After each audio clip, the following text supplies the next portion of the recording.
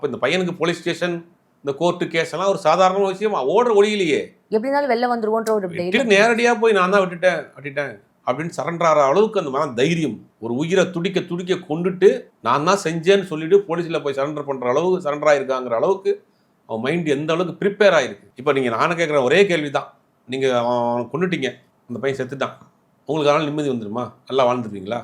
பிரச்சனை தீர்ந்துருச்சா?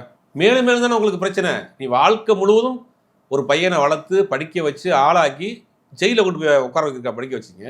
உங்களுக்கு வேலை போயிடுச்சே. போலீஸ் கேஷன் நீ மிச்சம் உள்ள காலத்தில் நீங்கள் அலைய போகிறீங்களே, அந்த பொண்ணு என்ன நடக்க போகுதுன்னு தெரியல. அந்த பொண்ணோட வாழ்க்கை ஒட்டுமொத்த குடும்பமே செஞ்சு போச்சே. அதுக்கு இவங்க எங்கேயாவது போய் வாழ்ந்துட்டு போகிறான்னு அது அந்த வேதனையெல்லாம் கூட சகிச்சுக்கிடுவோம். ஆனால் தான் பொண்ணு விரும்ப வாழ்க்கையை வாழக்கூடாது. அது வந்து கட்டமைப்பு, அது இந்த சாதி கட்டமைப்பு, உறவுகள் கட்டமைப்பு. என் பொண்ணாக இருந்தால் நான் நேரம் தூக்குல தொங்கியிருப்பேம்மா சொந்தக்காரன்.